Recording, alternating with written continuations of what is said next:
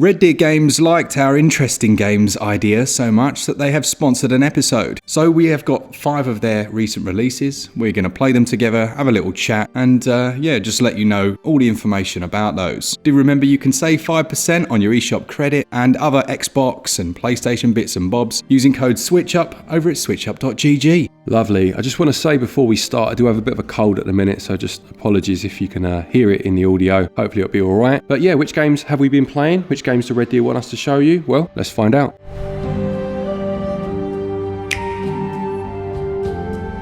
So a couple of their titles are more like applications. The first one that we're going to talk about is the now very well known AAA Clock 2. Now you might have heard of the first one of this. Believe it or not, it was a clock. And now the sequel, what is it, Glenn? I don't want to blow any minds, but the sequel is it's a clock, isn't it? It's also a clock, yeah. So you can click into this. As Mark said, this isn't really a game. Well, it is a game. We'll talk about that in a minute. But first and foremost, you have the clock itself. Obviously, you can set the time.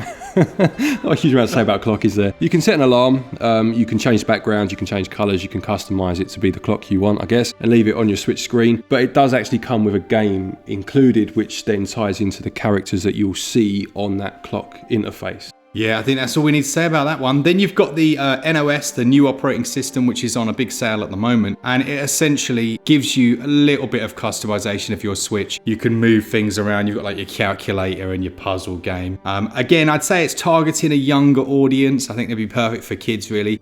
So if you're interested in fiddling around with your operating system, doing a few puzzles and playing around with the calculator, then this one might be for you. Yeah, there's 3 more to talk about. We didn't spend too much time on those first 2 because they are effectively more like applications, as Mark said. The next one, though, is called Sport and Fun Swimming. Now, this is more like an exercise game, isn't it? You know, things like, we had Wii Fit back in the day. You've got the Switch variants of that particular game, or Let's Dance, or Just Dance as it's called, sorry. This is, of course, a swimming version of those type of games. And if you wanted to see 2 30-somethings flailing their arms around like absolute lemons, then here you are. It's surprisingly tiring if you don't swim like me. Now Glenn swims all the time, so he probably has a better insight into how effective this is. Yeah, I mean, in terms of swimming, obviously you're only using your arms, so you're not going to get the full experience. But in terms of a workout, it is actually surprisingly tiring or effective, as Mark just said. What I did like about this one, as someone that does in all seriousness, does swim, is that you can set a daily challenge of how many meters you want to do. There's like an Atlantic Ocean challenge, isn't there, that's cumulative over time, and it will add the time you do or the lengths you do to that particular goal. And there's also other little challenges that you can meet in terms of how many consecutive days you may use it and things like that. It's for what it is, which is obviously an exercise type game. It's not too bad. It's only your arms. If you want more of a full body workout, you're going to be looking at something more dance based. But for what it is, yeah, it was pretty decent, and it was quite fun in multiplayer too. Yeah, I can't picture you doing a dance based workout, Glenn. I've got to be honest, it's not really your scene.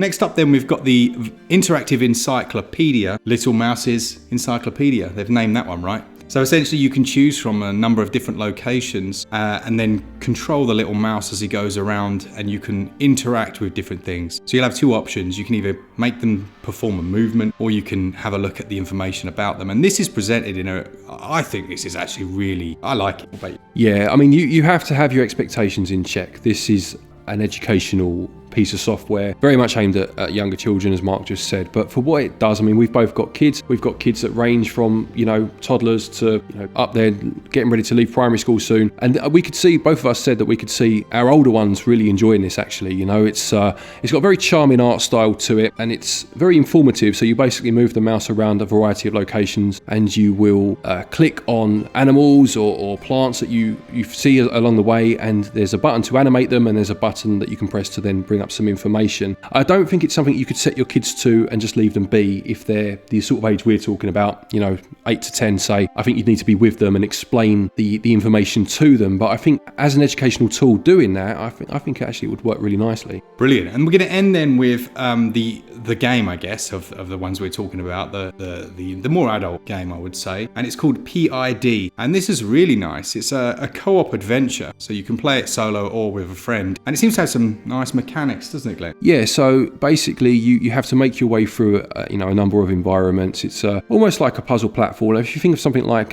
say Limbo, maybe, in terms of having to cross a number of environmental puzzles or hazards, and you have kind of the quirk, the mechanic that you have is that you can throw down beams of light, and depending on the trajectory of the light, then obviously you can move into that beam and it will elevate you. So you could throw it straight down on the floor and go up, you could throw it into a wall and shoot across horizontally, or you can create a diagonal beam. But then you have more mechanics that are introduced, such as bombs that you can throw, certain surfaces that you can't throw the beams onto, and obviously that means that you then need to find other ways of traversing. This is actually a lot of fun. We played this for a good few hours, just wanting to get that bit further each time. It's quite forgiving with its checkpoint system as well. It's one of those where if one of you dies, you have to wait to reach the checkpoint for them to respawn, but certainly in co-op, this was a lot of fun. Yeah, as with all of these games, it does get quite challenging reasonably quickly. You can save up on those stars and then spend those on different upgrades and things like that, and almost what is like small little shops that you can go to.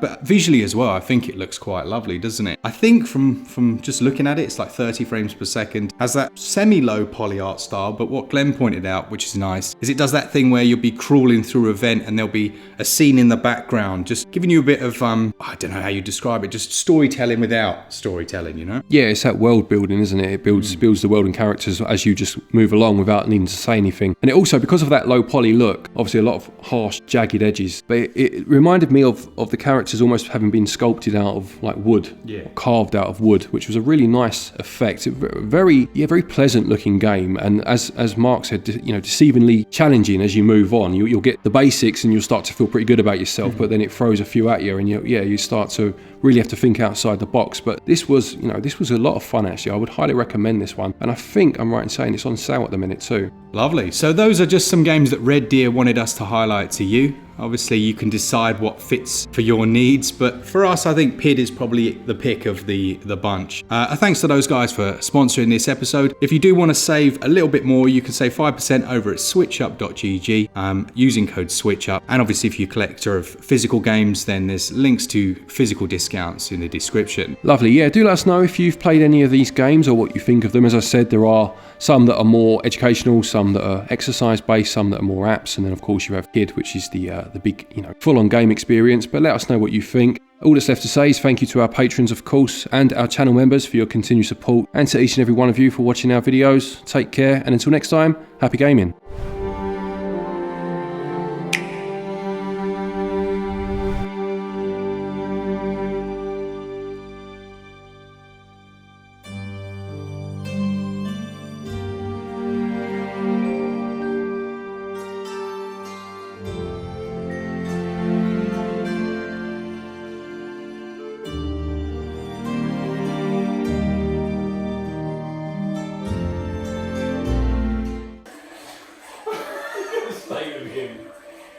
That's why you don't swim too far. I know what's telling me, I'm fine. What about this? Doggy paddle? Doggy paddle? Do a doggy paddle.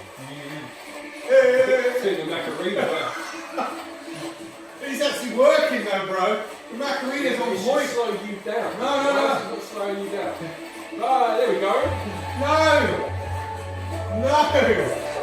Stitch up. How's it going? That's a stitch up, isn't it? It's the hair and the torso, I told you. Yeah, like how does Mark swim?